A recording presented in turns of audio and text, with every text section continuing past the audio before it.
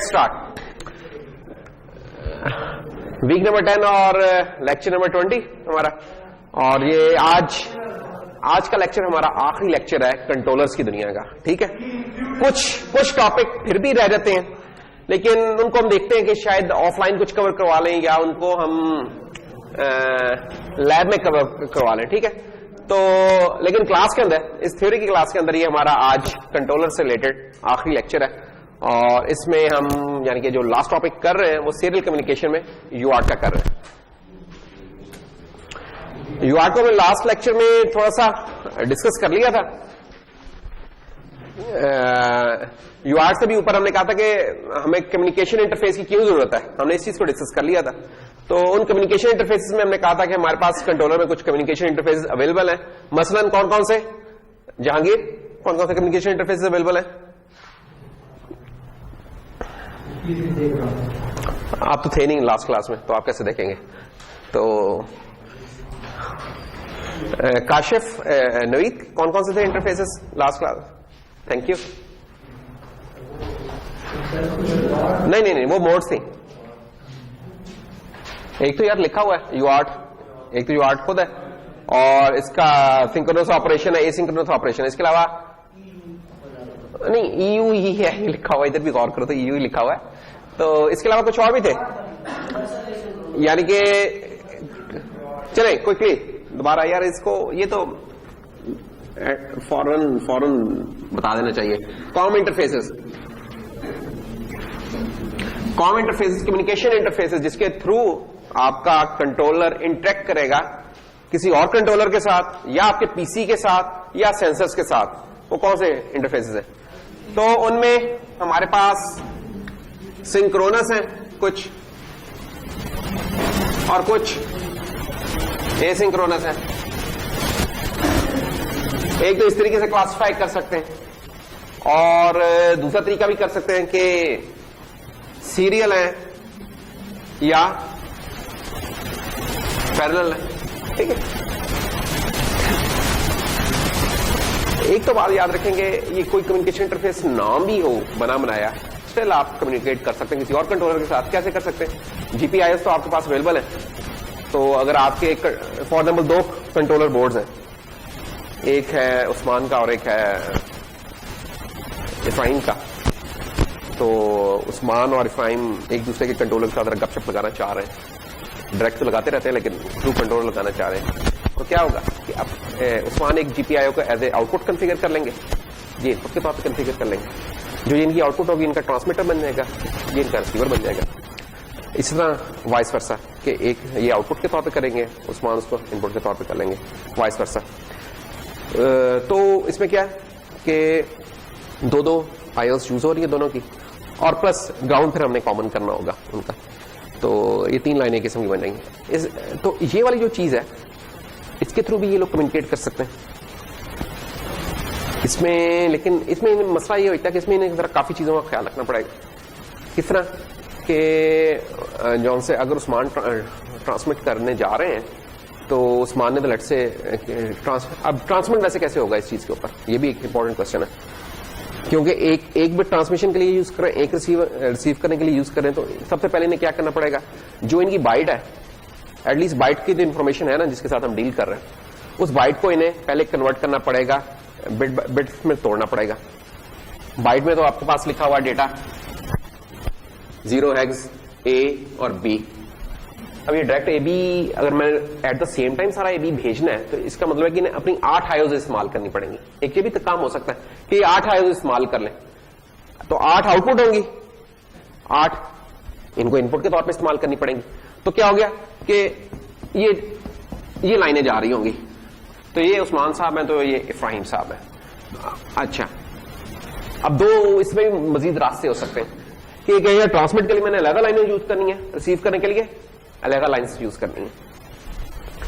अच्छा, अब उसका क्या मतलब होगा कि हमें कितनी आईओस चाहिए? 16 आईओस चाहिए। तो हमारी आईओस तो बहुत सारी इधर ही आईओ नहीं है, ठीक है ना। 16 क्यों चाहिए होंगी? क्या 8 बिट्स नहीं, एक बाइट को ट्रांसफर करना, 8 बिट्स, 8 लाइन इसके लिए। और ये क्या मोड है? टी मोड है, ये आर मोड है, और ये आर मोड और ये टी मोड, और 8 लाइन ही इधर चाहिए हमें, तो 16 लाइन्स हो गई। तो 16 लाइन हम फॉर्म खाने से आया कर रहे हैं, इधर देखा जाए हमने ट्रांसमिशन करनी। अच्छा, इसका थोड़ा सा एफिशिएंट तरीका क्या हो सकता है कि हम ये करें कि इनमें से 8 लाइन्स यूज करें। अच्छा, ये मोड, कम्युनिकेशन मोड को ऐसे कहेंगे क्या, सीरियल मोड कहेंगे कि पैरेलल मोड कहेंगे? पैरेलल कहेंगे इसको। क्यों? क्योंकि तमाम bits at the same time हम भेज रहे होंगे, 1 बाय 1 होके नहीं जा रहे। चला तो दोनों केसेस में जाना ही है, आपकी इंफॉर्मेशन है। एक में एक है पैरेलल लाइंस आप यूज करें, देख रहे हैं ये पैरेलल में वैसे ही आपको नजर आ रहा है कि पैरेलल आप यूज कर रहे हैं। अच्छा, इसमें एक निस्बतन बेहतरी हम क्या कर सकते हैं? हम इसमें निस्बतन बेहतरी ये कर सकते हैं कि हम इसको ना हाफ डुप्लेक्स में यूज कर लें। ये मोड ने लास्ट टाइम बताया था। हाफ डुप्लेक्स क्या था कि एट एनी टाइम कोई एक चीज ट्रांसमिट कर रही होगी, दूसरी रिसीव कर रही होगी। जब दूसरे ने करना तो रोल स्विच हो जाएगा। अच्छा, इसका मतलब क्या होगा कि जब ये ट्रांसमिट कर रहे हैं उस्मान, तो ये रिसीव करने के काबिल नहीं है, और जब ये रिसीव करने तो ट्रांसमिट करने के काबिल है। अगर हम ये अगर रिस्ट्रिक्शन लगा लें अपनी कम्युनिकेशन पे, यार हाफ डुप्लेक्स कम्युनिकेशन हो रही है, ठीक है, तो क्या होगा? तो हम कहेंगे कि यार अच्छा, हम इनकी मोड सेटिंग कर लिया करेंगे। ट्रांसमिट करना होगा तो उस्मान इसको क्या करेंगे, अपनी इन 8 लाइंस को आउटपुट के तौर पर कॉन्फ़िगर कर लेंगे। इफाइन में अपनी इन 8 लाइंस को इनपुट के तौर पर कॉन्फ़िगर कर लेंगे, ठीक है। और फिर ये होगा जब इन्होंने ट्रांसमिट करना होगा तो ये उसी चीज को आउटपुट के तौर पे कॉन्फ़िगर कर लेंगे, इनपुट के तौर पे कॉन्फ़िगर कर लेंगे, ठीक है। ये मैकेनिज्म बना सकते हैं। तो इससे अब ये है कि आप एक बाइट ट्रांसफर कर सकते हैं। अच्छा, ये तो आपने डेटा लाइन को कनेक्ट कर लिया। अब आपको ये नहीं पता कि यार डेटा कब आना है, किस रेट पर आना है, ये आपको कोई नहीं पता इन्फॉर्मेशन। इन चीजों का आपने खुद ख्याल रखना है। बेसिकली इंटरप्ट्स लगा के, टाइमर्स लगा के आप देख रहे होंगे कि यार इतने टाइम के अंदर अंदर सारी बिट्स मुझे मिल जाती हैं तो वैलिड है, नहीं तो कोई आगे पीछे मिल रही हैं डिले के साथ, फिर इनको डिस्कार्ड कर दो, कोई एरर है कुछ और। इस तरह के ना प्रोटोकॉल बनाने पड़ेंगे आपको। तो ये एक प्रोटोकॉल आपने पैरेलल के लिए बना लिया। तो कहने का मतलब अगर आपके पास कोई कम्युनिकेशन इंटरफेस नहीं, कुछ भी नहीं है, तो बिल्कुल बेसिक सा इंटरफेस तो आप खुद बना सकते हैं जीपीआईएस को इस्तेमाल करते हुए। ये पैरेलल के लिए बन गया। इसी तरह आप सीरियल के लिए बनाना चाहे तो सीरियल के लिए बना सकते हैं। सीरियल में क्या हो रहेगा, सीरियल में आपको 8 लाइन्स नहीं चाहिए, उसमें आपको आप क्या लेंगे कि यार एक लाइन लेट्स में ट्रांसमिट के लिए रख लेता हूं, या एक ही लाइन इस्तेमाल कर लेता हूं। जैसे उधर 8 लाइन थी ना, तो ये है लाइन, ये ट्रांसमिट के लिए एक लाइन लिख लेता हूं, ये रिसीव के लिए रख लेता हूं, एक ग्राउंड किया जाएगा। अच्छा, ये भी अभी जीपीआईओ के ऊपर ही है, जनरल पर्पस आईओ। इसमें क्या होगा कि ये ट्रांसमिट करने के लिए ये इस्तेमाल करेंगे, रिसीव करने के लिए इस्तेमाल करेंगे। अगर इधर भी आप वही वाली बचत करना चाहते हैं जो अभी पैरेलल में की थी कि यार एक ही लाइन इस्तेमाल कर लेते हैं, तो वो भी हो सकता है। उसमें क्या होगा कि एट गिवन टाइम कोई एक ट्रांसमिट होगा, एक रिसीव होगा। अब ये देखें, आप खुद डिजाइन कर रहे हैं कि आप कह रहे हैं यार मेरे कोई बनाया प्रोटोकॉल नहीं था, ये मैं खुद बना रहा हूं। अच्छा, इसमें करना क्या होगा, आपने अपनी बाइट्स को जो डेटा है उसको सीरियलाइज करना होगा। सीरियलाइज करने से क्या मुराद है कि आपने लिखा कि यार फॉर एग्जांपल टेम्परेचर सेंसर ने ना रीड किया है, टेम्परेचर कितना टेम्परेचर रीड किया, let's say 20 degree centigrade read किया। तो 20 डिग्री सेंटीग्रेड को रीड किया, उसको मैं ट्रांसमिट करना चाह रहा हूं दूसरे कंट्रोलर को। तो 20 डिग्री सेंटीग्रेड 20 को हेक्सा में कैसे क्या कहेंगे, 20 को 16 होता है हमारा 10, तो ये 14 हो जाएगा। तो हेक्सा के अंदर ये चीज वैल्यू बराबर है 0x14, ठीक है। तो 0x14 का मतलब क्या होगा, 0001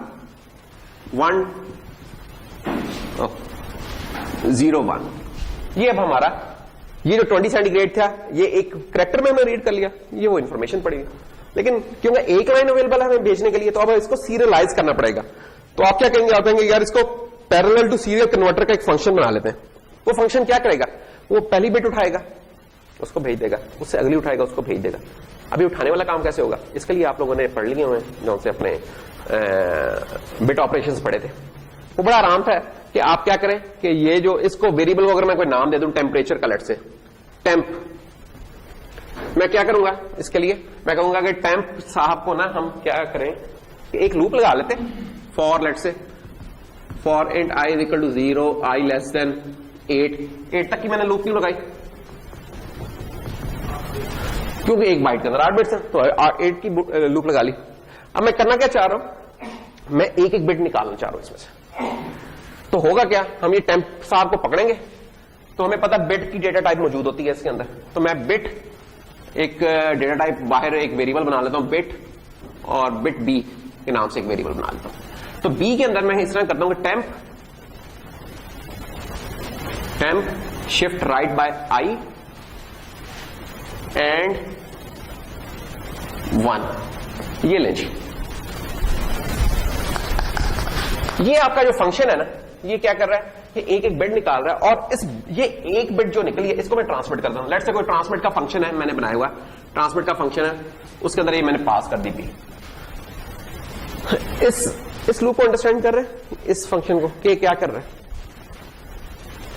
देखें टेम्प है, टेम्प को राइट शिफ्ट करना है इसने बाय द अमाउंट ऑफ आई। आई क्या, लूप इंडेक्स।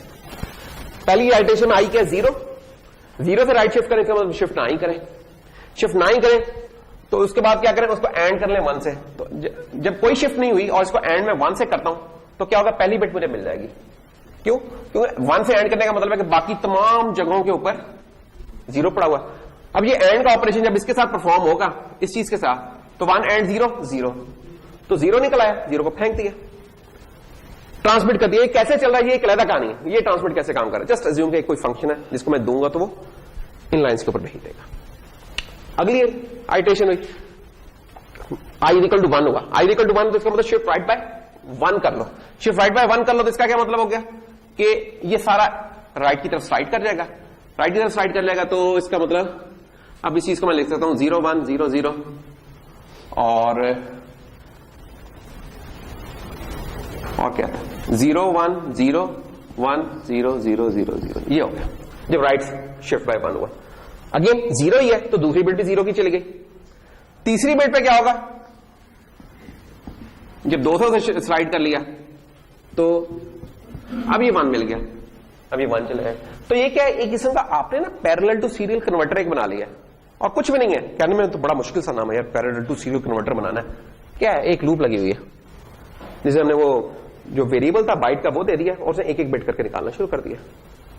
ठीक है, इसका रिवर्स भी आप कर सकते हैं कि जब इधर से मिलेगा तो एक एक बिट करके मिल रहा होगा तो इसने दोबारा से जोड़ना होगा। वो कैसे जोड़ेगा, इसी तरह की एक लूप लगा के इसे जोड़ लेगा। इधर एंड करके हम उसे निकाल रहे थे, उधर हम और करके इसको अंदर इंसर्ट कर रहे होंगे, तो वो आप काम कर सकते हैं। खैर हुआ क्या है कि अब आपने अपना एक सीरियल का अपना एक प्रोटोकॉल बना के ये वाला काम कर लिया तो हो गया। मसला सिर्फ इनमें इन चीजों में ये है कि आपको ना काफी सारा डंगी वर्क करना पड़ता है, चीजें करनी पड़ती हैं। तो उससे बचाने के लिए ना फिर कंट्रोलर्स में जब उन्होंने देखा कि यार ये यूज तो पड़ती रहती है, तो होता क्या, किसी भी चीज में जब देखते हैं कि एक चीज की जरूरत ज्यादा पड़ रही है तो लोग उसको एज ए फीचर इंट्रोड्यूस कर देते हैं। तो फिर आहिस्ता आहिस्ता कंट्रोलर में आने लग गया। और अब ये कि कोई भी कंट्रोलर बगैर किसी कम्युनिकेशन इंटरफेस से कम ही मिलता है आपको कि वो होते हैं। उन कम्युनिकेशन इंटरफेसेस में मैंने कहा कि एक क्लासिफिकेशन का तरीका सीरियल और पैरेलल वाला। पैरेलल में क्या होगा, तमाम बिट्स पैरेलल में जा रही हैं, सीरियल में क्या होगा, एक एक करके जा रही हैं। दूसरा क्या तरीका कार है, सिंक्रोनस और एसिंक्रोनस। सिंक्रोनस में क्या होता है, ये मैंने कहा था कि जब भी सिंक्रोनस का लफ्ज आए तो एक बत्ती जल जानी चाहिए दिमाग में हमारे के, ठक क्लॉक है यहां कहीं इर्द गिर्द कहीं, क्लॉक की बात हो रही है। डिजिटल वर्ल्ड में जब भी सिंक्रोनस का जिक्र आया तो मतलब क्लॉक शेयर होने जा रहा है। तो अगर ये सिंक्रोनस इंटरफेस है तो एक क्लॉक की भी लाइन जा रही होगी जो कि शेयर हो रहा था, क्लॉक सेम होगा उसके ऊपर चल रहे होंगे। एसिंक्रोनस क्या होता है, उसमें कोई क्लॉक शेयर नहीं हो रहा था, कोई क्लॉक की लाइन नहीं जा रही होती। ठीक है, एक सिस्टम अपनी स्पीड पे चल रहा है, दूसरा सिस्टम अपनी स्पीड पे चल रहा है, और स्टिल एक दूसरे के साथ वो कम्युनिकेट कर रहे हैं। कुछ तरीकेकार ऐसा रख दिया होता है कि कम्युनिकेट कर रहे हैं। ठीक है, तो हमारे इस कंट्रोलर के अंदर पैरेलल की भी सपोर्ट है, लेकिन पैरेलल का मैंने बताया कि यार लाइन ज्यादा खा लेता होता है, तो इतना रिकमेंडेड नहीं है। सीरियल की भी है। सीरियल में फिर ऑप्शंस है। सीरियल में कौन कौन सी ऑप्शंस है हमारे पास, I2C, SPI, UART, synchronous UART, ये तमाम ऑप्शंस अवेलेबल है हमारे पास। अच्छा, ये I2C क्या है, I2C बेसिकली आपका ये तकरीबन वैसा इंटरफेस है जैसे ये वाला मैंने बनाया था कि एक ही लाइन के ऊपर जा रहा है आपका, तकरीबन ये वैसा ही है। ठीक है, एक लाइन उसके लिए हो गई, और दूसरी एसपीआई में क्या होता है, यानी कि इसको हम 2 वायर इंटरफेस भी कहते हैं, इसको 3 वायर इंटरफेस कहते हैं। यूआर जौन सी होती है, और ये सिंक्रोनस है। सिंक्रोनस है इसका मतलब कि इनमें क्लॉक की भी लाइन जा रही होती है। ठीक है, तो ये 2 वायर है, इनमें एक डेटा की लाइन है, एक क्लॉक की लाइन है। एसपीआई में क्या होता है, एक क्लॉक की लाइन, एक ट्रांसमिट डेटा, एक रिसीव डेटा। तो ये वाला जो इंटरफेस है, अगर मैं ये वाला दिखाऊं कि ग्राउंड तो शेयर होना ही होना है, क्लॉक भी जा रहा है और एक ही लाइन है डेटा की, तो ये कौन सी चीज होगी अगर बना इंटरफेस देखें, दैट विल बी I2C। ठीक है, I2C stands for inter integrated circuit, कि दो इंटीग्रेटेड या दो आईसीस के दरमियान कम्युनिकेशन करने के लिए बड़ा बेसिक सा एक प्रोटोकॉल है, लेकिन काफी सारे इसकी यूज है, अभी भी ठीक सा इस्तेमाल हो रहा है I2C। तो इसको I2C भी लिखा होता है, I2C भी लिखा होता है क्या ये इंटर इंटीग्रेटेड सर्किट या IC या I2C, इस सेंस में ये लिखा हो। ठीक है, तो ये वाला है। तो I2C में क्या होगा, क्लॉक शेयर हो रहा होगा, डेटा की लाइन शेयर हो रही होगी और ग्राउंड तो होना ही होना शेयर। तो ये है, तो इसको हम कहते हैं 2 वायर इंटरफेस।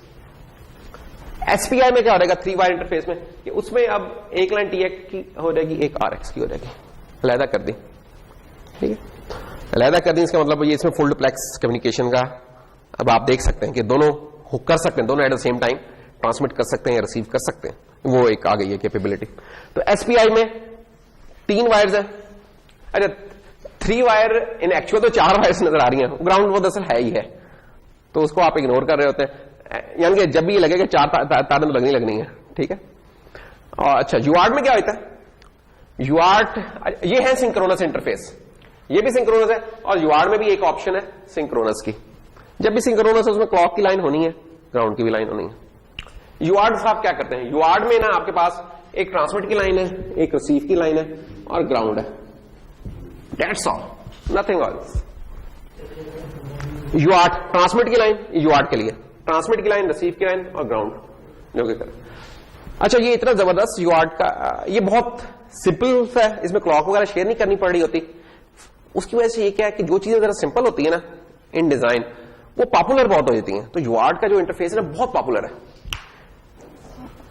इवन ये कंट्रोलर के साथ ही नहीं जोड़ने के लिए होता, कंप्यूटर के साथ भी जोड़ने के लिए इस्तेमाल होता है। क्या आपके GPS डिवाइसेस इसके थ्रू जोड़ सकते हैं, सेलुलर डिवाइसेस इसके थ्रू जोड़ सकते हैं आप, और भी काफी सारे पहले मॉडल वगैरह होते थे, वो भी इस तरह सीरियल के साथ ही जोड़े हुए होते थे हमने, तो वो भी इस तरह की चीजें होती हैं, जोड़ सकते हैं। और मैंने बताया कि जैसे अब लास्ट लेक्चर में था कि USB जो है यूनिवर्सल सीरियल बस है, वो भी सीरियल बस है, तो उसके ऊपर भी हम एमुलेट कर लेते थे UART को। तो ये काफी पॉपुलर सा है, काफी सारे इसके साथ जो वाईफाई का मॉड्यूल वगैरह वो हम इसके साथ जोड़ सकते हैं, पावर की मीटरिंग के मॉड्यूल, बहुत सारी चीजें जो कि इसके साथ जोड़ सकते हैं। इनके साथ भी अवेलेबल है, लेकिन इसके साथ भी अवेलेबल है। इसका फायदा क्या है कि ये क्योंकि कंप्यूटर में भी अवेलेबल होता है, तो हम डायरेक्ट कंप्यूटर के साथ भी जोड़ के उस चीज को चला के देख लेते होते हैं। SPI में क्या है कि इंटरफेस एक चिप लगानी पड़ेगी, एक कन्वर्टर लगाना पड़ेगा, फिर हम कंप्यूटर के साथ लगा के उसे देख सकेंगे। इसमें हम डायरेक्ट भी लगा के देख सकते हैं कंप्यूटर के साथ, तो ये फायदा होता है। तो ये है हमारे कम्युनिकेशन इंटरफेस जो आपको पता होना चाहिए, एटलीस्ट इनके नाम पता होना चाहिए, क्या चल रहा है, उनकी क्यों थी रीजन कि इवॉल्व वो क्यों हुए।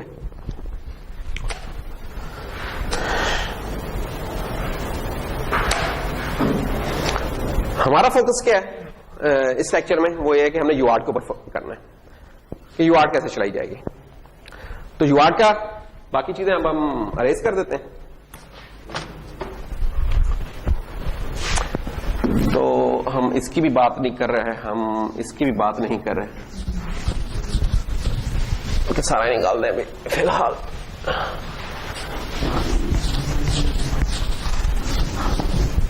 ओके, तो हमारा फोकस जनाब UART पर है। इधर क्यों EU60 लिखा, क्यों है? इसका जो कंट्रोलर की डेटशीट में नाम है EU60 है लिखा हुआ, उसकी एक मोड बनती है UART, इसलिए मैं UART कह रहा हूं। और UART जो मैं कह रहा हूं that is universal asynchronous receive and transmit, that is UART। UART stands for universal asynchronous receiver transmitter. ठीक है, इसका प्रोटोकॉल क्या होता है? ये एक प्रोटोकॉल बनाया हुआ है। प्रोटोकॉल होता क्या है?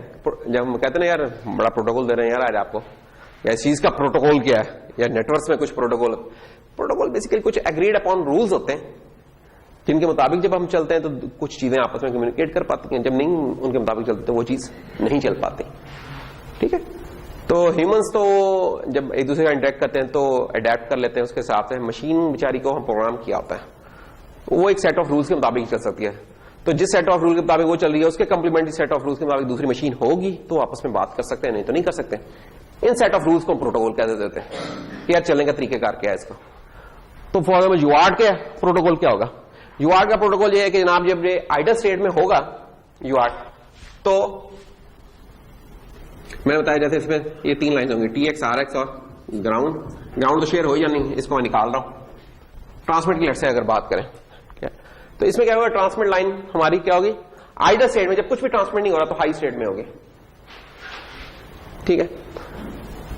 जब कुछ नहीं ट्रांसमिट हो रहा, आइडल है, हाई मोड में, यानी कि हाई लॉजिक पे उधर 5 वोल्ट मिल रहा है जो भी आपको।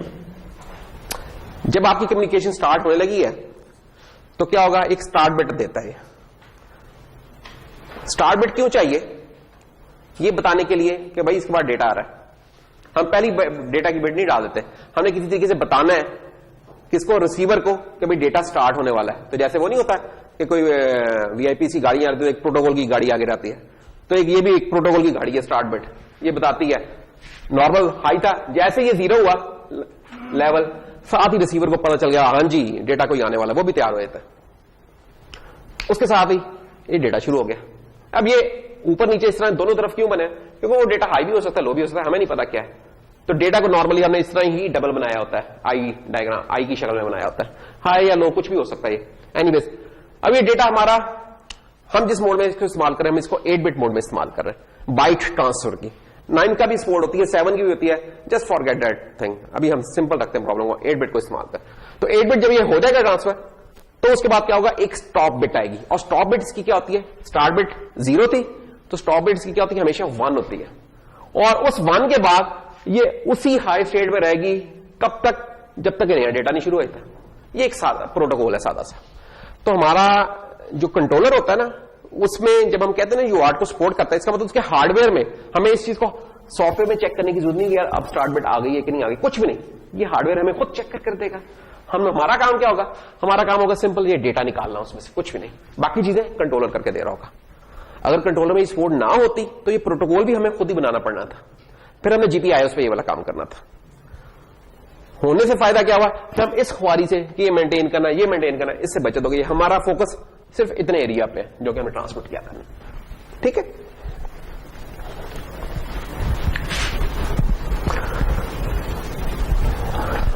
तो आप जब भी देखें सीरियल के आपने कभी टर्मिनल इस्तेमाल करने का इत्तेफाक हुआ? विंडोज के अंदर होते हैं, जैसे पहले हाइपर टर्मिनल एक होता था, हाइपर टर्मिनल कभी इस्तेमाल करने का हुआ इत्तेफाक? चलें उसको देख लेते हैं, उसको बाद में देखते हैं। ये इसकी लॉजिक डायग्राम है या फंक्शन ब्लॉक डायग्राम है जो कि कंट्रोलर के अंदर हो रहा है।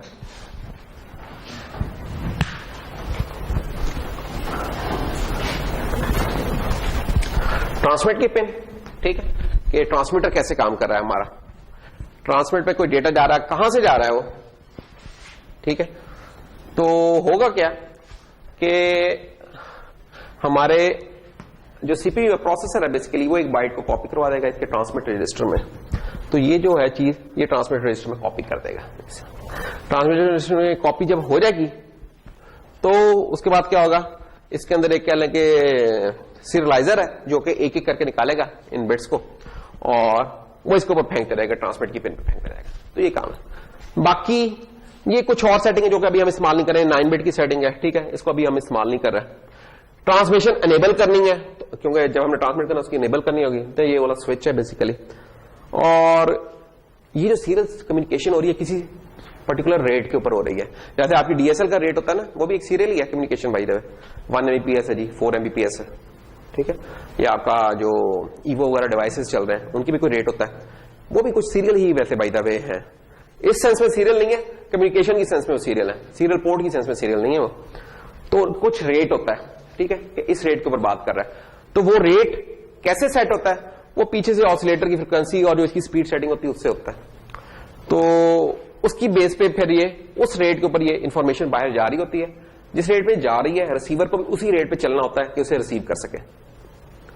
ये ऐसे ही है कि जैसे फॉर एग्जांपल एक बस जा रही है और बस साहिबा जा रही है जनाब कोई 20 किलोमीटर की स्पीड पे और रकीब साहब नीचे खड़े हैं।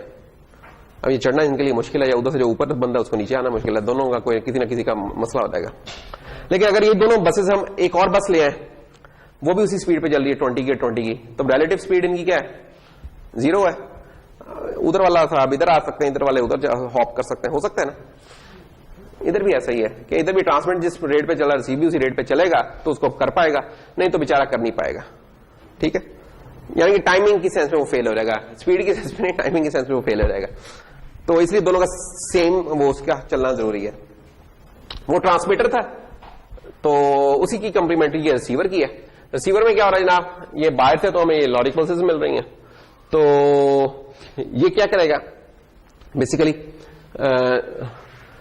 स्पीड के हिसाब से इसे सिंक्रोनाइज करेगा। करने के बाद ये कुछ इसके कंट्रोल फ्लैग्स हैं जो कि बताते हैं कि यह जो रिसीव चीज हुई है क्या रिसीव हो चुकी है, ओवरफ्लो तो नहीं होगी। ठीक है, ओवरफ्लो होता है, अंडरफ्लो होता है, या कोई एरर तो नहीं अकर हो गया ट्रांसमिशन के दौरान। आप लोगों ने लॉजिक डिजाइन में पढ़ा होता है एक दौर में पैरिटी चेक। ठीक है, इवन पैरिटी, ऑड पैरिटी, इस तरह की चेक्स पढ़े थे। तो इसके अंदर ना पैरिटी चेक भी कर सकते होते हैं कि पैरिटी चेक लगा दें। पैरिटी चेक, इवन पैरिटी क्या होती थी कि आपकी नंबर ऑफ अगर वंस इवन है तो हम क्या होता था, पैरिटी की बिट क्या कर देते थे, 1 कर देते थे, 0 कर देते थे। क्या याद है पैरिटी का? तो याद है ना, पैरिटी क्या होती थी कि 1 0 1 1 1 1 0। अब नंबर ऑफ वंस इसमें कितने हैं? 6। इवन है तो इसकी पैरिटी क्या होगी? अब इवन पैरिटी 1 और ऑड पैरिटी 0, है ना। तो ये पैरिटी चेक है, एक बेसिक सा चेक है। वो क्या बताता है कि अगर इसमें कोई सिंगल बिट एरर हो जाए तो हमें एक फ्लैग रेज कर देगा कि यार कोई एरर अकर हो गया। ठीक है, अगर एरर अकर हो गया तो बस ये इतना ही बताएगा कि एरर अकर हो गया। उस पर आप क्या करेंगे, आपको दोबारा रिक्वेस्ट करेंगे या दोबारा भेज दो इन्फॉर्मेशन, या आप उस इन्फॉर्मेशन को यूज नहीं करेंगे। जब आप इंशाल्लाह बड़े हो रहेंगे अगले सेमेस्टर में तो आप पढ़ेंगे एरर करेक्शन कोड्स होते हैं। क्यों क्या होता है कम्युनिकेशन में, जब एरर अकर होता है तो उनको ठीक भी कर देते हैं, ऐसा मैजिक होता है उनमें। ठीक है, तो वो 2 डायमेंशनल पैरिटी लगा के आप सिंगल बिट का एरर दूर कर लेते हैं। बटर भी कोडेक्स होंगे जो आप देखेंगे कि आपके एक से ज्यादा बिट के एरर आए तो उनको रिकवर कर लेते हैं। ठीक है, कि आपने जब ट्रांसमिशन की उसमें एरर अकर हो गया, जब रिसीव किया तो आपने रिसीव करते उसे ठीक कर लिया। ठीक है, तो कम्युनिकेशन की एक पूरी साइंस है जो कि जिन्हें कहते हैं हम चैनल एनकोडर और डिकोडर्स, जो कि इस काम को कर रहे होते हैं। तो खैर, तो इसमें पैरिटी का भी एक चेक हो सकता है जो कि बता देगा फ्रेम में कोई एरर तो नहीं अकर हो गया। अगर एरर हो गया तो आप उसको चेक करते हुए उस बाइट को डिस्कार्ड कर सकते हैं। तो खैर कंट्रोलर, ये तो 7 की डायग्राम है, लेकिन 4550 के भी इस तरह ही चलेगी कि आप क्या करेंगे कि इसकी जो RC6 और RC7 पिन्स है, RC6 एज ए ट्रांसमिट और RC7 एज ए रिसीवर, इसको आप लगा लेंगे किसके साथ, एक लेवल कन्वर्टर आईसी होती है जिसे कहते हैं मैक्स 232। ठीक है, मैक्स 232 एक आईसी होती है जो कि क्या करती है, इस लॉजिक लेवल को ±5 से उठा के ले जाती है ±12 वाली रेंज में, लॉजिक लेवल कन्वर्ट कर देती है। क्यों? क्योंकि हमारा अगर पीसी के ऊपर ये वाली पोर्ट लगी हुई है, जिसे मैंने DB9 पोर्ट कहा था लास्ट लेक्चर में, तो वो DB9 पोर्ट क्या चलती है, वो सिग्नल्स को समझती है ±12 वाले खाते में। तो हमें कन्वर्जन, लेवल कन्वर्जन करनी पड़ती है। वो लेवल कन्वर्जन कौन करती है? ये वाली आईसी कर देती थी मैक्स 232। तो अगर आप ये लगा के, अगर आपके कंप्यूटर में ये वाली पोर्ट है जो कि लैब वाले कंप्यूटर्स में है मोस्ट प्रोबेबली, तो आप क्या करेंगे, आप अपने कंट्रोलर के साथ कम्युनिकेशन कर सकते हैं कंप्यूटर के थ्रू। या आप ये कर सकते हैं कि इसकी बजाय अगर आपने एक और कंट्रोलर बोर्ड लगाना है, जैसे इब्राहिम और उस्मान का कंट्रोलर बोर्ड था, तो इसकी ट्रांसमिशन उसकी रिसीव पे लग जाएगी और इसकी रिसीव उसकी ट्रांसमिट पे लग जाएगी, और अगेन ये एक दूसरे के साथ गपशप लगा सकते हैं। इनको लेवल कन्वर्जन नहीं चाहिए, क्योंकि ये जो है टीटीएल के ऊपर बात कर रहे हैं 0 और 5 वोल्ट के हिसाब से, 150, तो ये डायरेक्ट भी आपस में बात कर लेंगे। अच्छा जी, अब ये कि कॉन्फ़िगरेशन रजिस्टर्स कौन से हैं, जैसे हम हर चीज जब कर लेते हैं तो हमें आगे देखते हैं यार चीजें कॉन्फ़िगर कैसे होंगी। तो 3 रजिस्टर हैं सिर्फ, जहांगीर भाई सिर्फ 3 रजिस्टर्स हैं, नाम से जाहिर है, ट्रांसमिट स्टेटस, रिसीव स्टेटस और बॉड रेट कंट्रोल। ठीक है। तो ट्रांसमिट स्टेटस में क्या होगा, जो ट्रांसमिट से रिलेटेड सेटिंग्स है, और रिसीव में जाहिर बात पर रिसीव की हो रही है। और तीसरा जो रजिस्टर है इसमें ना स्पीड की सेटिंग्स है, स्पीड सेट कैसे करनी है। अच्छा, हम इसको यूआर्ट मोड में चला रहे हैं, एसिंक्रोनस मोड में चला रहे हैं, तो इसमें कह लें कि हम हमारे गर्ज की ये 2-3 चीजें हैं। कौन कौन सी? एक तो ट्रांसमिट को अनेबल करना है, जाहिर बात कम्युनिकेशन करनी है, ट्रांसमिट को अनेबल करना, तो TX अनेबल की बिट होगी, इसे हम सेट कर देंगे। सिंक्रोनस कम्युनिकेशन नहीं कर रहा है हम, एसिंक है, तो ये 0 ही रहेगी। और BRGH ये बॉड रेट का है फील्ड, इसका अभी मैं बताता हूं कि क्या है। बाकी क्लॉक सोर्स रेट है, ये हमारे इनको छेड़ने की जरूरत नहीं, क्योंकि जो हम काम करें उसमें ये चीजें अनचेंज ही रहेंगी, जो डिफॉल्ट वैल्यूज है वही चल जाएंगी, तो जस्ट इग्नोर दीज फील्ड्स। तो इसमें सिर्फ ये 3 चीजें जो कि होने वाली, और इनमें भी जो सबसे इंपॉर्टेंट है वो BRGH है, इसको हम देखते हैं वो क्या है। अच्छा, रिसीव में क्या होगा? रिसीव में जनाब आपका कुछ तो आ रहे फ्रेम एरर रेट्स, जो रिसीवर पे उधर ट्रांसमीटर पे नहीं होते। Frame error rate, overflow error, ये वाले एरर्स के बारे में इधर बताया हुआ है। और सीरियल अनेबल ये आपको करना पड़ेगा। तो ये 2-3 फील्ड्स इधर भी, इधर ही 2-3 फील्ड्स हैं, सारे फील्ड्स हमारे यूआर्ट में काम के नहीं है। और फिर बॉड रेट के, तो इनको अब देख लेते हैं कि इनकी सेटिंग्स कैसे करनी है। ये हमारा एक इनिशियलाइजेशन का कोड है बॉड रेट का। क्या है हो रहा है इसमें, क्योंकि मैंने बताया कि जैसे हमारा ये फंक्शनैलिटी होती है जो हमारे इस कंट्रोल में मल्टीप्लेक्स की होती है, एक ही पिन मुख्तलिफ रोल्स एज्यूम कर सकती है डिपेंडिंग ऑन आपने कौन सी मोड उसकी इनेबल की हुई है। तो ट्रांसमिशन वगैरह के लिए भी, यूआर्ट के लिए भी कोई अलग से स्पेशल पिन नहीं डाली हुई, वही GPIOs के साथ इन्होंने मल्टीप्लेक्स किया हुआ है। कौन सी GPIOs है वो? पोर्ट C की पिन नंबर 6 और पिन नंबर 7। अच्छा, अब आप इधर से देख के बता सकते हैं कि इनमें से कौन सी पिन ट्रांसमिट के लिए होगी, कौन सी रिसीव के लिए होगी? नजीर देखिए, बता सकते हैं कौन सी पिन ट्रांसमिट के लिए होगी, कौन सी रिसीव के लिए? पहली 2 लाइनों में ये वाली ट्रांसमिट के लिए होगी क्या ये होगी? नीचे वाली होगी ट्रांसमिट के लिए। क्यों? जब हम किसी की ट्रेस सेटिंग 1 करते हैं तो उसका क्या मतलब होता है? इनपुट। तो इनपुट कोई चीज हो रही है तो रिसीव कर रही है, ट्रांसमिट तो नहीं कर रही। तो ये रिसीव के लिए, ये ट्रांसमिट के लिए। ठीक है। अच्छा, और एक तो ये सेटिंग करनी है। देखिए, ट्रेस की सेटिंग तो हर जगह ही आई थी है, ये आप इनपुट में इस्तेमाल कर रहे हैं, आउटपुट में इस्तेमाल कर रहे हैं, ये बफर को बेसिकली डिसेबल इनेबल कर रही होती है। फिर ये है कि बाकी की सेटिंग्स करने के लिए हमें सबसे पहले तो ये पता होना चाहिए कि हमारा कंट्रोलर बोर्ड पे जो इस वक्त लगा हुआ है, जो हमारे बोर्ड पे लगा हुआ है, अब्बास जो सा हमारे बोर्ड पे लगा हुआ है कंट्रोलर, वो किस रेट पे चल रहा है? तो किस रेट पे चल रहा है वो? ध्यान से कंट्रोलर गिर ना जाए तुम्हारा। 4 पे नहीं, जो हमारे बोर्ड पे चल रहा है वो 8 मेगा पे चल रहा है। देखो इधर लिखा हुआ है। ठीक है, आपका 4 पे चल रहा है, क्योंकि क्रिस्टल आपने 4 का लगा रहे हैं, आप उधर 8 का लगा लें तो 8 के लिए चल। तो कहने का मतलब ये एक वेरिएबल है, आप इसकी वैल्यू 8 की बजाय 4 कर दें तो बाकी की चीजें आपकी खुद ब खुद ही कैलकुलेट हो जाएगी। ये तो मजा है इसके। और इसके अलावा क्या है? इसके अलावा ये कि आपका जो बोर्ड है ना उसमें ऑसिलेटर जो सा चलना चाहिए, हाई स्पीड पे होना चाहिए, PLL की डिवीजन 2 होनी चाहिए, USB की डिवीजन 2 है। ये क्या चीजें हैं? ये ना जब हम कंट्रोलर की कॉन्फ़िगरेशन बिट्स होती है ना, उधर जाके कॉन्फ़िगर कर रहे हैं। होपफुली जो आपकी बाय डिफॉल्ट जनरेट हुई है उसमें ये वाली सेटिंग्स हुई होंगी, अगर नहीं है तो आपको कॉन्फ़िगरेशन बिट्स में जाकर चेंज करना होगा। वो किधर होती है कॉन्फ़िगरेशन बिट्स? एक मिनट दिखाई दे। आपने उम्मीद है लैब वगैरह में देख ली होगी, नहीं देखी तो देख लेते हैं।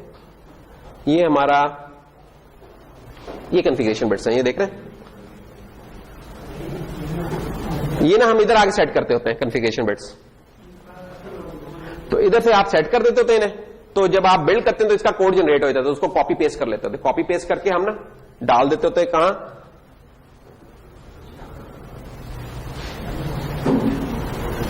ये इस जगह पे डाल देते होते हैं। ये जो लाइनें हैं ना इधर लिखी हुई, ये हमने खुद नहीं लिखी, ये हमारी ये जो कॉन्फ़िगरेशन बिट्स है ना, जब हम इनकी सेटिंग कर लें तो नीचे आके हम कहते हैं जनरेट सोर्स कोड, तो इसका सोर्स कोड जनरेट होता है। वो जो सोर्स कोड जनरेट होता है उसको कॉपी पेस्ट हम इस जगह पे कर लेते हैं। ठीक है, तो आपको मैनुअली नहीं करनी पड़ती। अब मैं किन की बात कर रहा हूं आपके साथ, मैं आपसे बात कर रहा हूं एफ ऑसिलेटर की। ये देखें, ये हाई स्पीड सेट हुआ है। अरे इसकी और कोई सेटिंग हो सकती है? ये देखें, ये काफी सारी सेटिंग है इसके इधर पड़ी हुई। हमने इनमें से कौन सी करनी है? हाई स्पीड वाली करनी है। एक बात और क्या था, यूएसबी की डिवीजन की बात थी कि यूएसबी जो डिव है वो 1 है कि 2 है, तो हमने कहा था उधर 2, तो ये 2 कर दी। और क्या थी चीज जनाब, देख लेते हैं। और थी हमारी पीएलएल डिवीजन। तो पीएलएल फेज लॉक लूप की डिवीजन ये कितनी है जनाब? ये भी 2 है। इधर भी काफी सारी ऑप्शंस अवेलेबल हैं, ये 2 की है। जब आप ये सेटिंग कर लेंगे तो आपने करना क्या है, आपने जनरेट सोर्स कोड करवा देना। तो ये क्या है, एक सोर्स कोड की फाइल जनरेट कर देता है। उधर से कंट्रोल ए कंट्रोल सी मारना है और करने के बाद आपने कॉन्फ़िगरेशन बिट्स के अंदर आके इसे पेस्ट कर देना है। इस फाइल के अंदर आपने मैनुअल चेंज कोई नहीं करनी। कॉन्फ़िगरेशन जो बिट्स वाली फाइल है ना, ये वाली, इसके अंदर कोई मैनुअल चेंज नहीं करनी। ये कोड आपके साथ शेयर किया है। अगर कभी करनी है तो कॉन्फ़िगरेशन बिट्स वाली ये खोल के इधर चेंज करें, ये जनरेट करें, ये इसको क्लिक करके जो कोड जनरेट हो रहा है उधर पेस्ट कर दें, ये हो जाया करेगा, सेटिंग्स हो जाया करेंगे। ठीक है, अच्छा। तो जब ये सेटिंग्स हो गई तो ये हमारी रमचर है कि ये सेटिंग होनी चाहिए। इसकी कोड में सेटिंग नहीं होती, इसकी उस तरीके से होती है सेटिंग। अच्छा, उसके बाद हमने बेसिकली ना इसकी बॉड रेट की सेटिंग करनी है। अब बॉड रेट की सेटिंग कैसे है, तो जनाब हम इसको चला रहे हैं हाई बॉड रेट के ऊपर। जो हमारा यूआर्ड है ना, इसको हाई बॉड रेट पे चला रहे हैं। ये फार्मूला हमें कहां से मिला है? डेटा शीट से मिला है। इसमें कुछ चीजें जानी पहचानी है, अगर आप गौर करें। मसलन अफजल बताएंगे कि ये चीज 4 से क्यों डिवाइड हो रही है। Afzal, frequency is going to be divide by 4।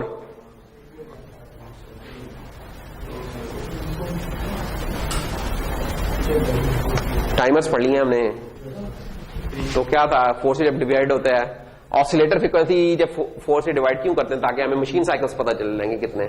तो ये वो है बेसिकली, मशीन साइकिल्स इंपॉर्टेंट होते हैं। एक तो ऑसिलेटर की फ्रीक्वेंसी है, मशीन साइकिल करने के लिए क्या करते हैं, हमें पता है 4 cycles are equal to 1 machine cycle, इसलिए इसे 4 से डिवाइड कर देते हैं, तो ये मशीन साइकिल्स हमें मिल जाएंगे। उसके बाद ये चीज डिवाइड हो रही है किससे? Async baud rate. ये क्या चीज है? ओह, ये बाहर से पास हुआ यार, गौर करो ऊपर, ये एक फंक्शन है, बाहर से एक पैरामीटर हमने पास कर दिया है। बेसिकली ये सेटिंग है कि हम अपनी सीरियल पोर्ट को किस रेट के ऊपर चलाना चाह रहे हैं। वो स्पीड 9600 भी हो सकती है, 4800 भी हो सकती है, 2400 भी हो सकती है। यहां हम चलाना चाह रहे हैं इसको, फॉर एग्जाम्पल अगर 115200 पे, तो बाहर से जो भी हम पास करेंगे, हमें इससे कोई गरज नहीं कि क्या स्पीड की सेटिंग है। यूजर जो सेट करेगा, ये हमने फंक्शन ऐसा बना दिया है, यूजर बाहर से इस फंक्शन को कॉल करते हुए भेज देगा पैरामीटर, वो पैरामीटर इधर रिसीव होगा एसिंक बॉड रेट में, और यहां यूज रहेगा।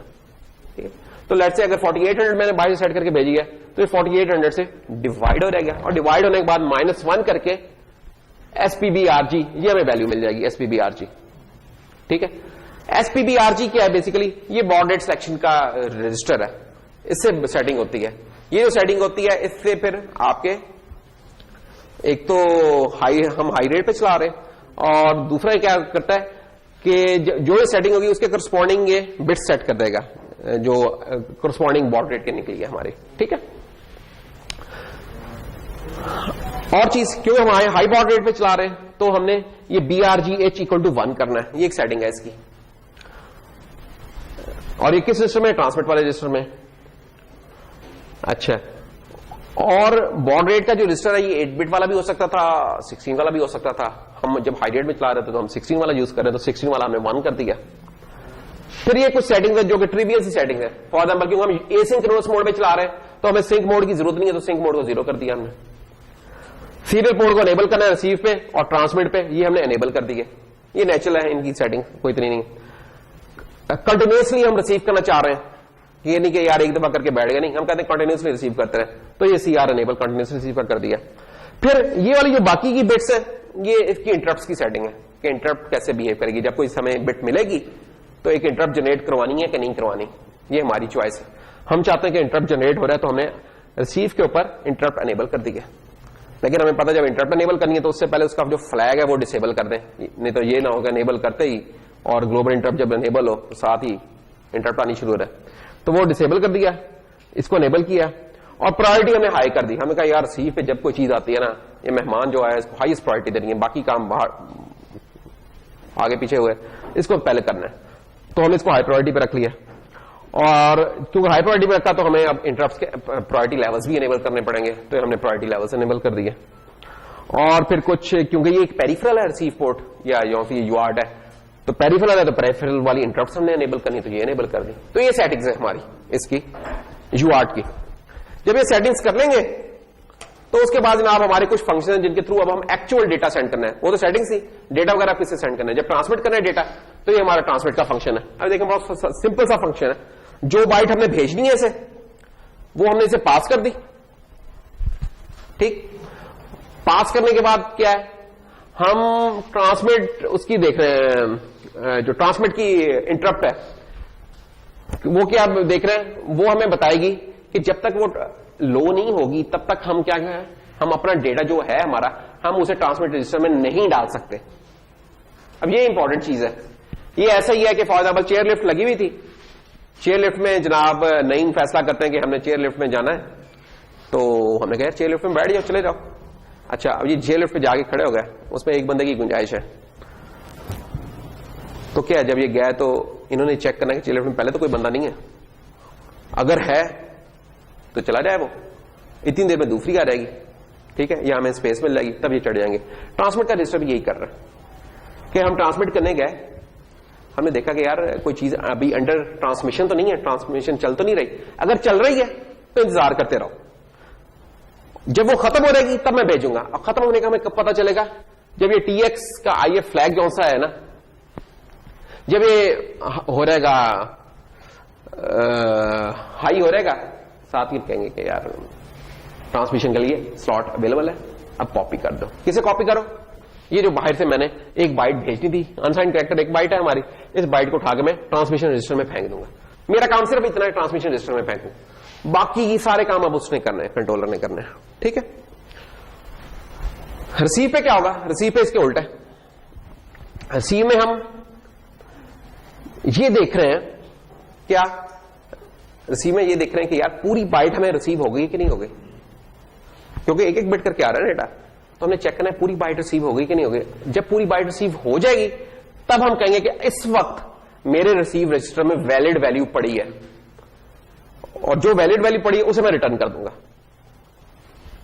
ये एक फर्क है ट्रांसमिट में और रिसीव में। ट्रांसमिट में वो भेजते हुए देखता है कि यार अगर अंडर प्रोसेस है तो मैं अभी रुक जाऊं, जब सॉर्ट बनेगी फिर मैं इसे भेज दूंगा। रिसीव में वो क्या कर रहा है, रिसीव में वो क्यों इंतजार कर रहा है, वो इसलिए इंतजार कर रहा है कि एक एक बिट करके डेटा आ रहा है।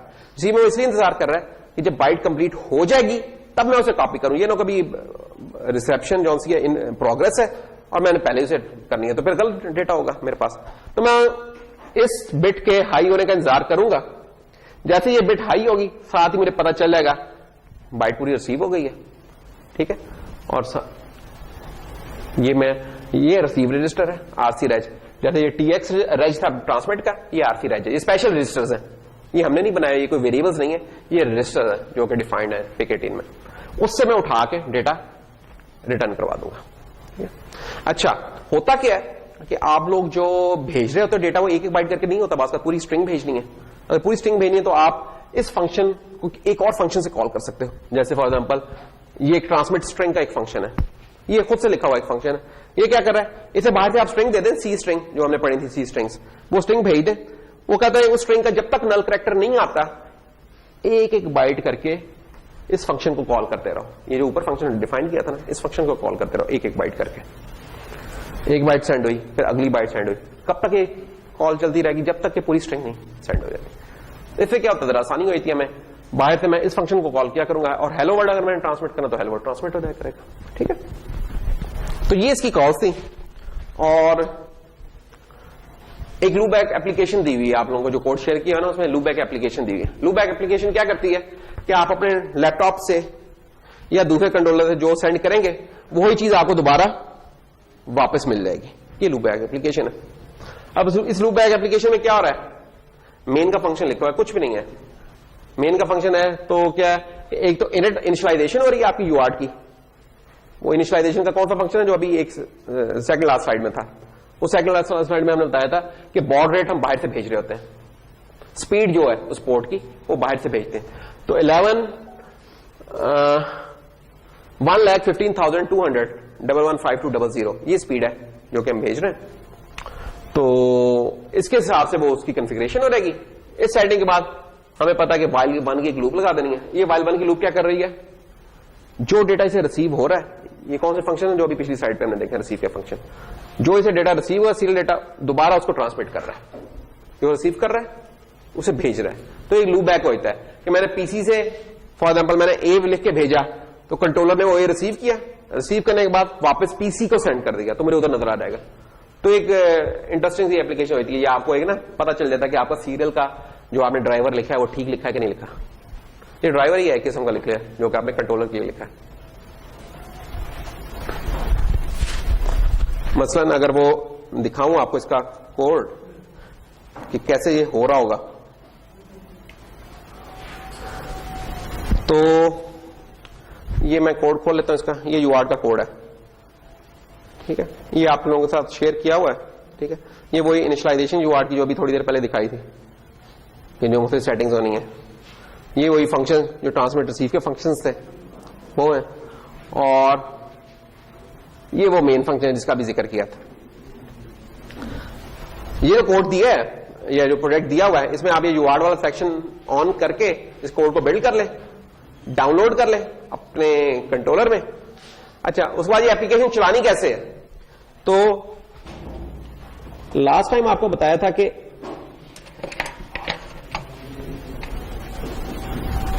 अब देखें ये हमारा बोर्ड था, इस बोर्ड के ऊपर ना जो जो हमारे कंट्रोलर के इंटरेस्टिंग इंटरफेसेस थे वो सारे हमने ना पिंस पे निकाले हुए, इन पिंस पे, इन पिंस पे। तो हमें यूआरट चलाने के लिए कौन कौन सी पिंस चाहिए, हमें पता था कि 3 तारें चाहिए ना, एक ट्रांसमिट की, एक रिसीव की और एक ग्राउंड की। तो ये देख लें 3 तारें हैं। अब ये 3 तारें लगानी कहां है, उसके लिए आपको देखना होगा कि आपके कंट्रोलर की पिन नंबर 6 थी वो कहां लगी हुई है, पिन नंबर 7 थी वो कहां लगी हुई है। तो आप ट्रेस कर सकते हैं, जो स्कीमेटिक दी है उसको देखते हुए आप देख सकते हैं कि यार इनमें से वो कौन सी पिन है। नहीं तो आप पकड़े मल्टीमीटर पकड़े, उसको टोन मोड में रखें और कनेक्टिविटी टेस्ट करके देख लें कि किसके साथ जुड़ी, तो आपको पता चल जाएगा कि इनमें से कौन सी पिन है। नहीं तो स्कीमेटिक देख के आपको पता चल जाएगा जो शेयर की हुई है ना, उसके मुताबिक आप इसमें लगा लें, ठीक है। अब मसला है कि इधर तो मैंने लगा ली, लेकिन ये तारे मैं डायरेक्ट अपने पीसी में नहीं लगा सकता। अगर मैंने डायरेक्ट पीसी में लगानी है तो मुझे एक लेवल कन्वर्टर चाहिए, जो मैंने बताया था कि ये टीटीएल में चल रहा होता है, तो पीसी वाली चीज वो सीमॉस के हिसाब से चल रही है, 12 वाली, आई थिंक, हाँ 12 है। तो वो मैक्स 232 को ऐसी चाहिए। मगर मसला ये कि मेरे इस लैपटॉप के अंदर वो सीरियल DB9 का कनेक्टर ही नहीं है, तो फिर क्या हल हो सकता है? हल उसका ये हो सकता है कि मैं एक और कन्वर्टर यूज कर लूं। वो कन्वर्टर क्या, USB टू सीरियल कन्वर्टर, ठीक है। तो एक USB to serial converter market में मिल जाता है, नाम है इसका FTDI 232। क्या है FTDI, बता देता हूं, बहुत पॉपुलर है ये, अगर आप इसे सर्च करें ना, FTDI 232 तो उसी से आया जो मैक्स 232 वाली आईसी थी, क्योंकि इसके ऊपर वो भी लगी हुई है मैक्स 232 वाली आईसी। और FTDI वाली क्या करते हैं, ये इनकी स्पेशलाइजेशन है, कह लें कि ये USB जो हब्स हैं, USB कन्वर्टर्स हैं, उसमें इनकी स्पेशलिटी है। दूसरा इसका मजा ये है कि विंडोज 10 वगैरह में इसकी सपोर्ट है बिल्ट इन, आपको लेटेस्ट ड्राइवर इंस्टॉल करना पड़ता है। तो आप ये कन्वर्टर ले सकते हैं, एक आधा कन्वर्टर ले लें, थोड़ा सा कॉस्टली है ये, यानी कि तकरीबन आई थिंक 300 रुपए का आता है, ये 250 या 300 का आता है, ये 400 का, आई एम नॉट श्योर क्योंकि पड़ा हुआ था तो जेल में नहीं है मेरे। तो खैर इस कन्वर्टर से होगा क्या कि ये कन्वर्टर आपको USB इंटरफेस दे देता है, आप इस USB केबल को अपने USB पोर्ट में लगा लें। तो ये कन्वर्टर क्या करता है, ये कन्वर्टर इन USB लेवल्स को कन्वर्ट करता है,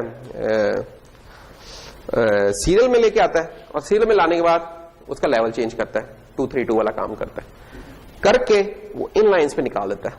ये वो लाइन है जो कि मैंने इधर अपने बोर्ड के साथ जोड़ी हुई है।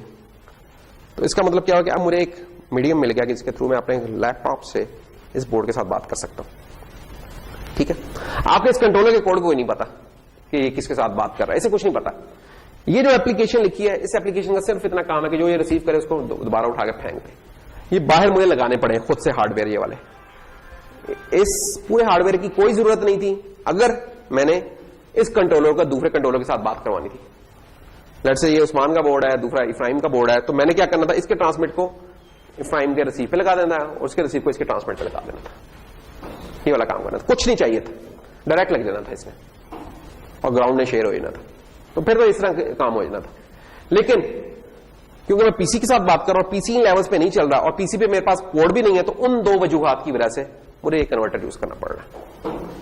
अच्छा, अब मैंने क्या किया कि मैंने इस कंट्रोलर के अंदर ये वाली एप्लीकेशन बिल्ड करके आने से पहले इसको प्रोग्राम कर दिया था, ठीक है।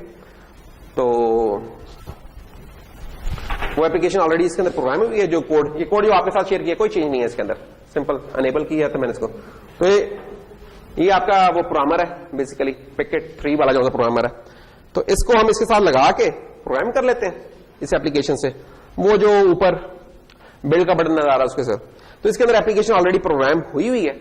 अब मैंने क्या करना है, इसको मैंने कंप्यूटर के साथ बात करवानी है। कंप्यूटर के साथ ये कैसे बात करेगा? अब होता है कि पहले जो होते थे ना विंडोज 7 वगैरह, उनमें हाइपर टर्मिनल वगैरह होता था मेरे ख्याल में। विंडोज 10 में ना बिल्ट इन कोई सीरियल का टर्मिनल नहीं है। अब जी जो बात है टर्मिनल वाली, ये टर्मिनल का लफ्ज भी शायद पहले ही तो, जैसे कमांड प्रॉम्प्ट नहीं होता आपका, कमांड प्रॉम्प्ट में क्या होता है, आपका अपने पीसी के साथ बात कर रहे हैं, तो समझ लें कि एक ऐसा कमांड प्रॉम्प्ट है जिसके थ्रू आप जो चीज सीरियल पोर्ट पे कनेक्टेड होगी उसके साथ बात कर रहे होंगे। तो अगर विंडोज के अंदर नहीं है तो ठीक है, कोई बात नहीं, हम कोई एक्सटर्नल एप्लीकेशन डाउनलोड कर सकते हैं। तो उसके लिए ना इंटरेस्टिंग ऑप्शंस हो सकते हैं। अगर आप विंडोज के अंदर है तो विंडोज के अंदर आप ये कर सकते हैं कि विंडोज के अंदर है तो आप हाइपर टर्मिनल एक है, इसको इस्तेमाल कर सकते हैं। पहले ये हुआ करता था विंडोज वगैरह में ना, ये पहले हुआ करता था, अब नहीं है। ज्यादा पॉपुलर आजकल जो विंडोज पे है वो है पटी, तो पटी से आपको आप इस्तेमाल कर लें, ठीक है। ये छोटी सी है, 1-2 MB के होंगे, तो पटी इस्तेमाल कर लें। नहीं तो एक टर्मिनल है, ब्रेज टर्मिनल, ये इस्तेमाल कर लें। कुछ भी है, आप बस नेट पे सर्च लगाएं, आपको जो टर्मिनल मिलता है पकड़ के कर लें इस्तेमाल, वो उतार लें। मेरे पास ये पटी भी हम इंस्टॉल है, ये भी इंस्टॉल है। हाइपर मैंने किया, पटी ज्यादा पावरफुल है हाइपर के मुकाबले में, ऐसा तो पटी। अगर लिनक्स के ऊपर है, लिनक्स के ऊपर लिनक्स की अपनी एक बड़ी अच्छी है मिनीकॉम, इन सबसे ज्यादा मजेदार ये वाली मिनीकॉम है। मिनीकॉम इस्तेमाल हो सकती है लिनक्स के ऊपर अगर काम कर रहे हैं आप लोग। तो खैर विंडोज के ऊपर है हमारे ज्यादातर लोग, तो आप इनमें से कोई पकड़ के इंस्टॉल कर ले। या ये जो तीसरी एप्लीकेशन है टर्मिनल वाली, इसको तो इंस्टॉल भी नहीं करना पड़ता, छोटी सी है 200-250 किलोबाइट की। एक मिनट, ये है जनाब, इसका साइज है तकरीबन 336 किलोबाइट्स की टर्मिनल। इसको बोलते हैं ब्रेज टर्मिनल, इसका नाम है ब्रेज टर्मिनल। ये आप नेट से उतार लें और इसको जस्ट डबल क्लिक करके चलाएंगे तो चल पड़ेगी।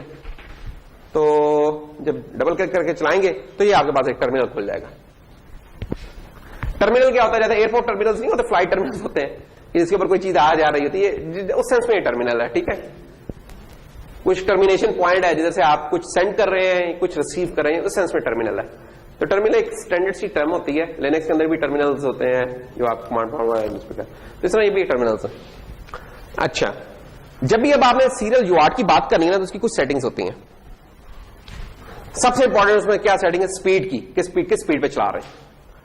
तो और स्पीड हमने क्या सेट की थी कोड के अंदर, याद है? थोड़ी देर पहले अभी दिखाया था कोड। नहीं नहीं नहीं नहीं 11.200, ठीक है। तो 11.200 की सेटिंग करनी होगी, ये यहां आके हम स्पीड बॉड रेट सेट कर लेंगे, ठीक है। 11.200 सेट कर लें आप। अच्छा, अब आपके कंप्यूटर के ऊपर मल्टीपल यूएसबी पोर्ट्स हैं और लगाने वाले इस तरह के मल्टीपल भी लगा सकते हैं, तो इसका मतलब एक से ज्यादा सीरियल पोर्ट्स हो सकती हैं आपके। तो इनको क्या कहते हैं, हम कहते हैं कॉम पोर्ट्स कितनी है यार आपके कंप्यूटर पे। तो कॉम पोर्ट 1 भी होती है, 2 भी होती है, 10 भी हो सकती है, 20 भी हो सकती है। उनका कोई नंबर होगा फिर दूसरे लफ्जों में कि किस टर्मिनल के ऊपर, किस कॉम पोर्ट के ऊपर डेटा आ जा रहा है हमारा, ये हमें देखना होगा। तो हमें कैसे पता चलेगा कि किस टर्मिनल पे आ रहा है? उसके लिए आप क्या करें, डिवाइस मैनेजर में चलना है अपने कंप्यूटर के। तो कंप्यूटर के डिवाइस मैनेजर में जाने का तरीकेकार क्या होगा, या तो माई कंप्यूटर को आगे राइट क्लिक कर लें, ठीक है। प्रॉपर्टीज, विंडोज 10 में है तो ये चले, इसकी प्रॉपर्टीज में आ रहा है, डिवाइस मैनेजर में आ रहा है। तो ये देखें, यहां आपको पोर्ट्स नाम की कोई फिक्र नजर आ रही है? प्रिंट है, पॉज है, कुछ नहीं नजर आ रहा। क्यों? क्योंकि सीरियल पोर्ट है ही नहीं इस वक्त मेरे कंप्यूटर में फिलहाल। यूएसबी पोर्ट्स तो है लेकिन यूआर्ट वाली कोई नहीं है। वो कब आएगी? जब मैं इसको लगाऊंगा तो फिर आएगी। ठीक है, तो ये जनाब लगा लेते हैं इसको हम अपने लैपटॉप के साथ।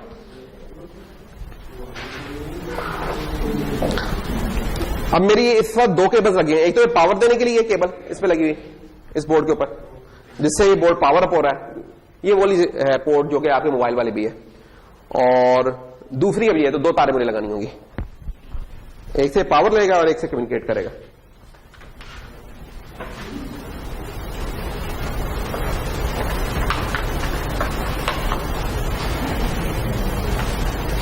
ये पावर अप हो गया मेरे ख्याल में। और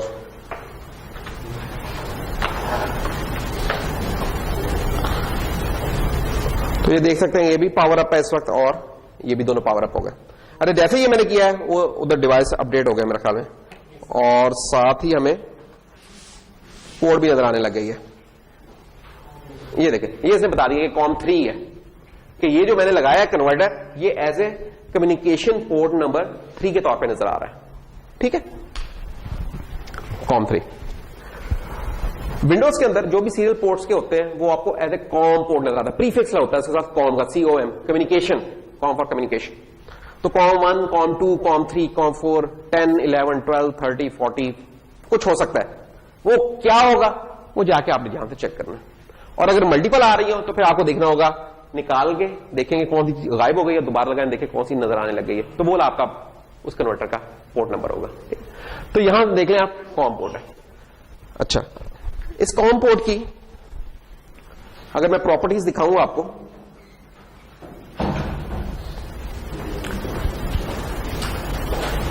अच्छा देखें जनरल में देखें नजर आ रहा है, मैन्युफैक्चरर कौन है? FTDI। ये जो मैन्युफैक्चरर था FTDI, ये उसका नजर आ रहा है FTDI।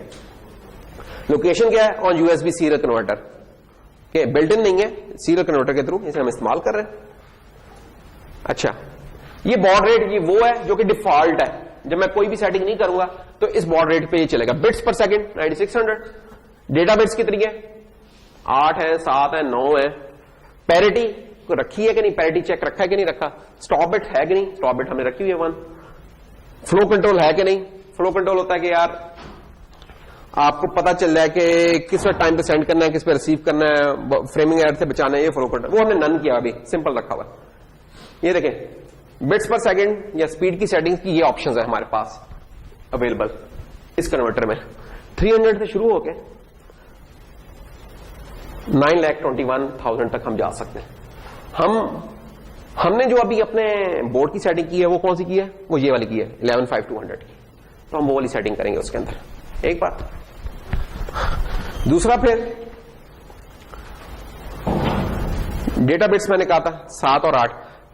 मैं अपने कंट्रोलर को 9 बिट में यूज कर भी लेता तो मैं अपने पीसी के साथ बात नहीं कर सकता था, क्योंकि 9 बिट को सपोर्ट नहीं कर रहा ये कन्वर्टर। तो 7 और 8 है, 8 की हम डिफॉल्ट ऑप्शन लेंगे इधर। स्टॉप बिट्स एक भी हो सकती है, 2 भी हो सकती है, एक भी काफी हमारे काम के लिए। पैरिटी क्या रखनी है? इवन रखनी है, ऑड रखनी है, मार्क है, स्पेस है, वो कुछ भी नहीं हमने रखा। फ्लो कंट्रोल भी हमने कुछ भी नहीं रखा। That's all. ये जस्ट दिखाना है कुछ प्रॉपर्टीज। जब भी कोई कॉम्पोर्ट होती है तो उसकी ये प्रॉपर्टीज होंगी, स्पीड की, या स्पीड कहते हैं इसे, या बॉड रेट कह देते हैं। ठीक है, ये डिफाइन होती है बिट्स पर सेकंड में। फिर और सेटिंग इसकी होती है फ्लो कंट्रोल की, जो कि हमारे पास है इस वक्त नन।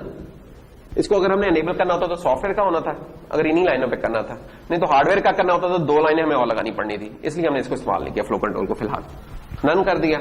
स्टॉप बिट्स जेनेरिकली इसमें 1 होंगी और पैरिटी भी हमने नन कर दी है। तो ये कुछ सेटिंग्स है। तो कुछ सेटिंग्स कॉमन आई, फिर बॉड रेट है जो कि डिवाइस टू डिवाइस चेंज हो रहा होगा हमारे केस में, तो वो अब हम देखते हैं। तो ये हमारा, हमने डिवाइस मैनेजर खोला क्यों था? ये सिर्फ इस काम के लिए खोला था पता चले पोर्ट कौन सी हमारी इस्तेमाल हो रही। जब हमने ये चेक कर लिया तो हम आए किधर? ये ब्रेस टर्मिनल में दोबारा आ गए और यहां आके हमने कॉम पोर्ट को सेलेक्ट कर लेना है। इसमें नजर, क्योंकि एक ही पोर्ट लगी हुई है, वही पोर्ट यहां नजर आ रही है COM3। ये कर लिया, कॉम पोर्ट को सेलेक्ट किया, बॉड रेट को सेट कर लिया 11,5,200। डेटा बिट्स कितनी है, ये सेटिंग हो सकती है यहां 8 है, 8 ही हमने कर लिए। पैरिटी नन कर ली है, स्टॉप बिट्स 1 थी 1 कर लिया, ठीक है, दैट्स ऑल। ये सेटिंग थी जो कि कुछ करनी थी हमने कर ली। जब ये कर ली है सेटिंग, ये ऑलरेडी सेटिंग हुई होंगी, सिर्फ आपने जो सेटिंग करनी होगी वो स्पीड की सेटिंग करनी होगी, बाकी जो डिफॉल्ट है वही चलने दें, कोई कुछ छेड़ने की जरूरत नहीं। तो सिर्फ आपने इसको छेड़ना कर लें, तो आप इसको कनेक्ट कर लें, दैट्स ऑल। ये कनेक्ट हो गया अब इसके साथ। अब मैंने कुछ भेजना है, लेट्स से अगर हेलो भेजूं मैं, ये देख रहे हैं, ये मैंने नीचे से सेंड किया, ये नीचे ये ट्रांसमिट है पैनल। तो क्या हुआ, ये हेलो जो मैंने सेंड किया, ये हेलो के अंदर कितनी बाइट्स आपको नजर आ रही हैं, 5 बाइट्स नजर आ रही हैं। ये 5 बाइट्स हमारे इस एप्लीकेशन ने इनको एक एक बिट में तोड़ा होगा, और तोड़ने के बाद से कन्वर्टर को भेजा, कन्वर्टर से ये गया कंट्रोलर के पास, कंट्रोलर ने इसे रिसीव करके क्या किया, कहां रिसीव किया कंट्रोलर ने इसे, कंट्रोलर ने इसे, ये कंट्रोलर रिसीव कर रहा है इस जगह पे, ये रिसीव करेगा एक एक बाइट। जब पूरी एक बाइट मिल जाएगी उसको उठा के दोबारा ट्रांसमिट पे फेंक देगा। तो होगा क्या, वो जो ट्रांसमिट पे फेंका इसने, वो ये हेलो हमें यहां नजर आ रहे हैं। तो आप जो भी लिखेंगे इधर नजर आने लगेगा। तो हुआ क्या है, ये एक बड़ा पावरफुल टूल बन गया है। पावरफुल टूल किस तरह कि अगर आप अपने कंट्रोलर में ये सीरियल पोर्ट की डाल लेते हैं, ये वाली चीज एनेबल कर लेते हैं, फायदा क्या होता है कि जैसे आप स्क्रीन के ऊपर नहीं प्रिंट कराते थे हेलो वर्ल्ड या कोई और चीज इस तरह की, वही वाली चीजें अब आप करवा सकते हैं प्रिंट। किस तरह, डायरेक्ट स्क्रीन पे तो नहीं कराएंगे, सीरियल पोर्ट पे भेजेंगे और सीरियल पोर्ट पे यहां नजर आने लग जाएंगे। तो आपको ऐसा ही लगेगा जैसे कंट्रोलर के साथ आपने मॉनिटर लगाया हुआ है। तो आप डिबगिंग वगैरह के लिए जो कमांड प्रिंट करनी है, कुछ करनी है, उनको प्रिंट एफ नहीं करेंगे, उनको ट्रांसमिट कर दिया करेंगे आप सीरियल पे, और ये इधर रिसीव करके दिखा दिया करेगा। इधर आप चेक कर सकते कि कंट्रोलर के अंदर क्या हो रहा है, क्योंकि अभी तो हमारे लिए कंट्रोलर के अंदर देखना मुश्किल होता है। देखने का तरीका क्या है कि डिबगर लगा लें। एक तो तरीका है कि हम इस डिबगर को इस्तेमाल करें, इसके थ्रू लगाएंगे तो हम डिबग करके देख सकते हैं। अगर ये नहीं है हमारे पास, सिंपल वही चीज है जैसे कि आप लोगों के पास है, तो फिर हम क्या करें, एक सीरियल का कोड लिख लें, और जब हमें कोई चीज देखनी हो कि इस वेरिएबल की वैल्यू क्या है, उसको प्रिंट करा लें, ट्रांसमिट पे भेज दें उसके। तीसरा तरीका क्या होता है, एक छोटी सी एलसीडी लगा लें, उसका कोड वो भी गिवन है। लेकिन एलसीडी की फिर एक लिमिटेशन होगी कि वो 16 कैरेक्टर्स या 32 कैरेक्टर्स या 64 कैरेक्टर्स दिखा सकेगा। इधर जनाब आप जो मर्जी भेजें वो करेगा, ठीक है। तो एक बड़ा एक इंटरेस्टिंग सा इसका यूज केस बन जाता होता है। और इसके अलावा जब आपकी ये चीज चल जाती है तो अब आप अपने साथ अगर कोई आपका कोई जीपीएस रिसीवर है उसको भी चला सकते हैं, कोई जीएसएम मॉडेम है उसको भी चला सकते हैं, तो मुख्तलिफ काम कर सकते हैं अगर आपके पास ये वाली चीजें अवेलेबल है, ठीक है। तो इसमें कोई चीज नाम पता चली है कुछ और तो वो बता दें।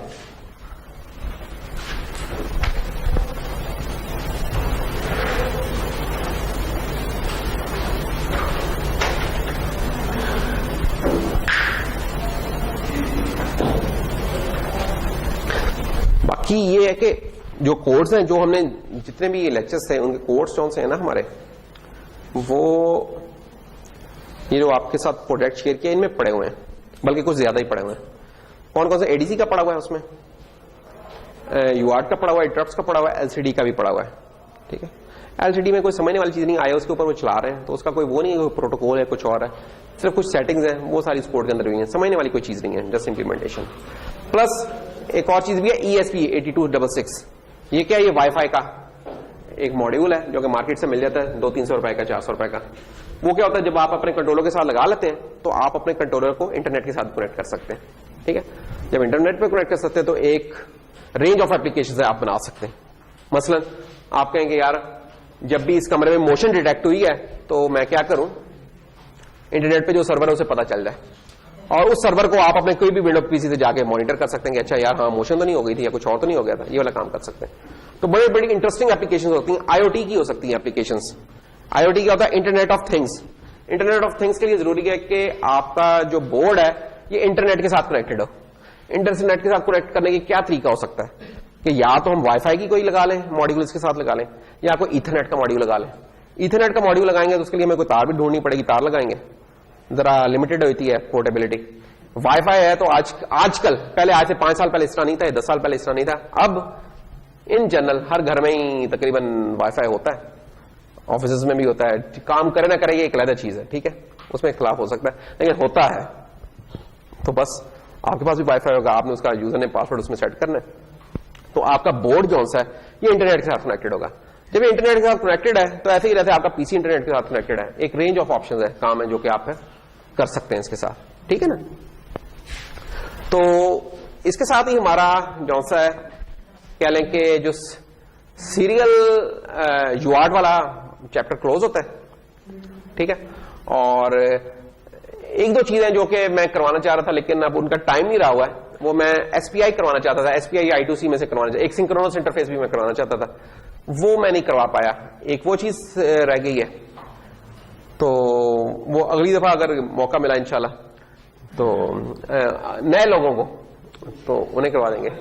और एक और चीज जो हो सकती थी वो ये थी कि हम जो सीसीपी मॉड्यूल था उसके अंदर जो थी हमारी ना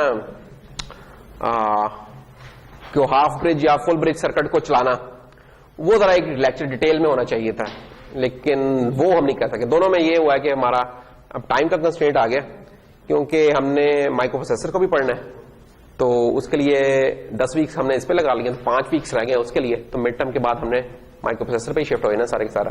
तो इसलिए कंट्रोलर्स का हमारा आज का आखिरी लेक्चर है। इसमें अब कोई क्वेश्चन हो कंट्रोलर से रिलेटेड तो बता दें, वो ऑफलाइन हम डिस्कस कर लेते हैं। कोई अभी कोई कंट्रोलर से रिलेटेड कोई क्वेश्चन, प्रोजेक्ट्स वगैरह से रिलेटेड कोई क्वेश्चन है, क्योंकि प्रोजेक्ट भी आपने करने और प्रोजेक्ट्स के नंबर भी हैं, प्रोजेक्ट्स के कोई 15 से 20 नंबर हो सकते हैं आपके, तो वो भी हैं, उनसे रिलेटेड कोई क्वेश्चन है या कोई आइडिया से रिलेटेड है या कोई चीज समझ में आने में उस पर है तो वो देख लें, अगर नहीं है तो फिर हम बाकी चीजें ऑफलाइन डिस्कस कर लेते हैं।